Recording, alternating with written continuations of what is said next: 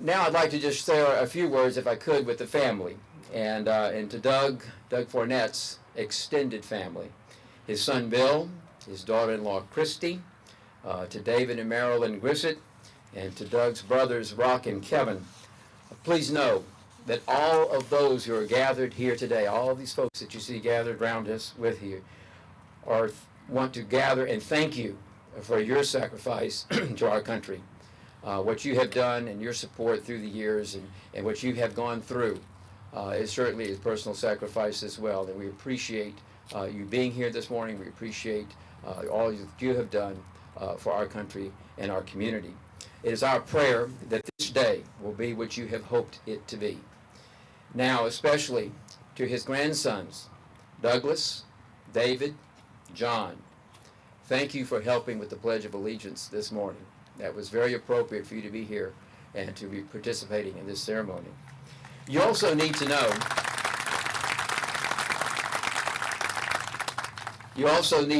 that your grandfather was more than just a military hero to this community. He was loved and admired by all who knew him. He grew up as an all-American boy. He was the best in the best sense of the word. It's been over 50 years. I know it's hard for you to imagine this at your age, but it's been over 50 years since he graduated from high school. And yet, because of the type of young man that he was, the type of friend that he was, and what he did and how he interacted with his classmates, many of them are here today, and they also participated in helping to raise money for this program.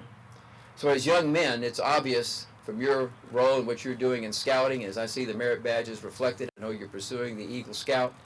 I know that your grandfather would be very, very proud of you, and we are very proud of you as well. And thank you for being with us this morning and helping to make this event so special. I am honored to be here this morning to speak at the dedication of the First Lieutenant Douglas B. Fournet Memorial Statue. But I'm humbled with the challenge to come up with words appropriate for the occasion. I'm glad that in many ways the statue speaks for itself, which is indeed a blessing, because no simple words from me can do justice to the life and legacy of Douglas Fournet. While no words will ever be fully worthy of his service, nor any honor truly befitting his sacrifice, let us remember that it is never too late to pay tribute to one who answered the call of duty with courage and valor, to one who left his family to serve bravely, a world away from everything he knew and everyone he loved.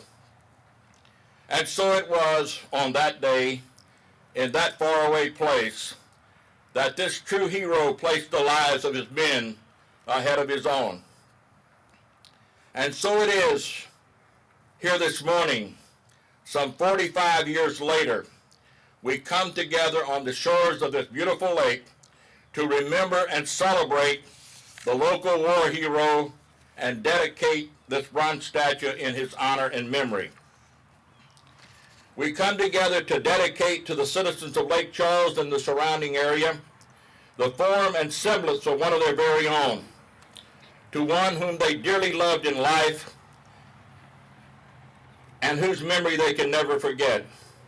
A son, a brother, a loving husband, a soon-to-be father, a friend to all he met, who those many years ago yielded up his life, a war hero, because of his love of his country and his love of his fellow men. One of those service buddies or friends that experienced Doug firsthand. I first met Doug in Officer Candidate School at Fort Benning, Georgia.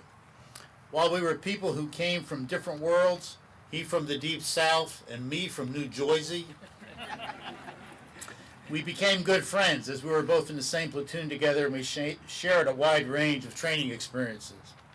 Upon the graduation, we went to Ranger School together, and he was my Ranger buddy, until that injury sidelined him and he was recycled into a later class. While our paths went separate ways after that, we were reunited in Panama as we trained and as we traveled together to Vietnam on the same chartered plane from California. We ended up in different parts of South Vietnam and served in different combat units.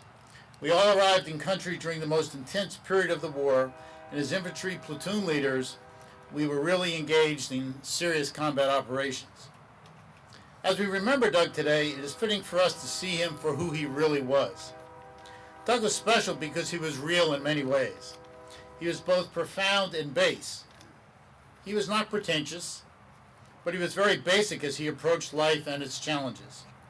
He was smart, clever, with creative solutions to problems. He always had a high energy level, and at times his spontaneous nature was both a blessing and a curse. His personality was infectious with its spark and zest, and therefore he attracted others to him. He liked fun, faced life with a smile, and had a great sense of humor. He was a born leader who was quick to pull others together for a solution and then to accept responsibility for the decision. He was hardworking, took few shortcuts, and achieved excellence in whatever he did. In short, he was a good guy.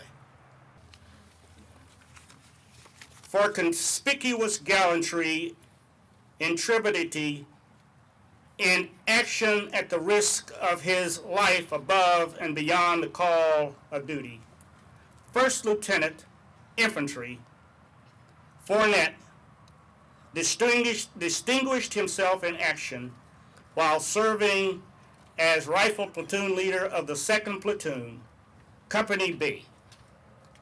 While advancing uphill against fortified enemy positions in the Ashaw Valley, the platoon encountered intense sniper fire, making movement very difficult.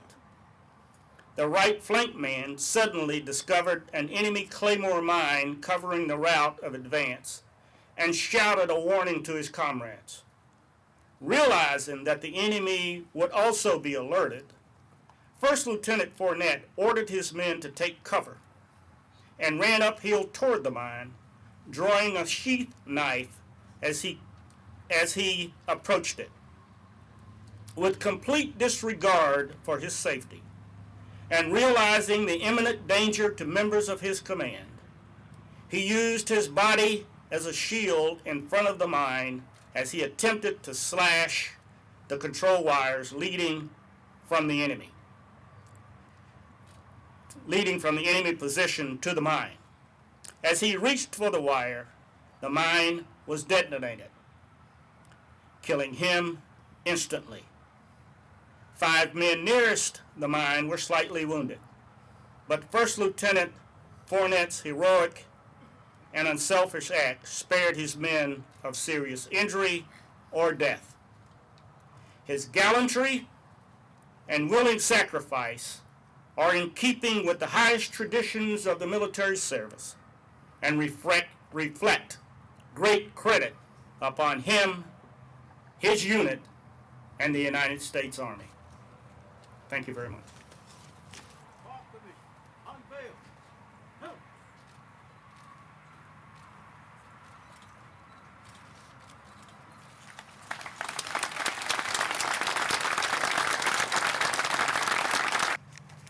Words cannot express the gratitude our family has for all of you. So I sought the help of others who are far better writers than I. To my father's brothers in arms, as well as all who have served to protect our country. The playwright William Shakespeare in Henry V said it best. We few, we band of brothers, for he who sheds his blood with me shall always be my brother. And to all who may visit this place today and in the future, I'm also going to call on our former president and World War II veteran John Fitzgerald Kennedy. As we express our gratitude, we must never forget that the highest appreciation is not to utter words, but to live by them. Thank you all. Thank you, Lake Charles.